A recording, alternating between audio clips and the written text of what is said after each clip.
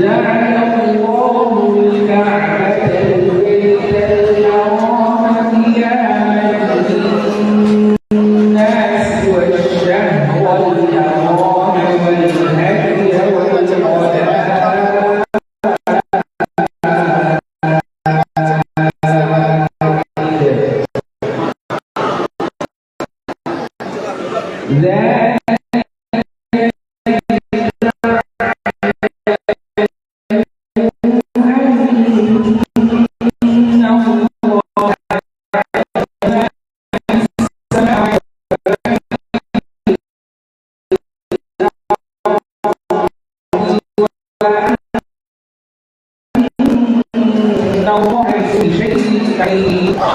إن الله شديد العقاب وأن الله غفور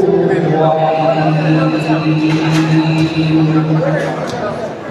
ما على الرسول إلا البلاغ والله يعلم ما تبدون وما تكتمون.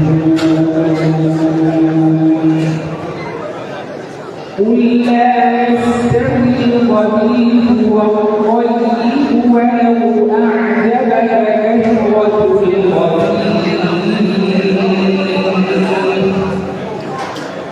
فاتقوا الله يا أولي الألباب لعلكم تفلحون.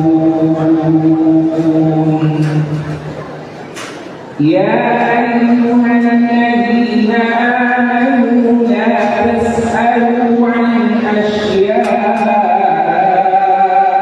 إن تبد لكم تسؤكم وإن تسألوا عنها حين ينزل القرآن تبد لكم عفى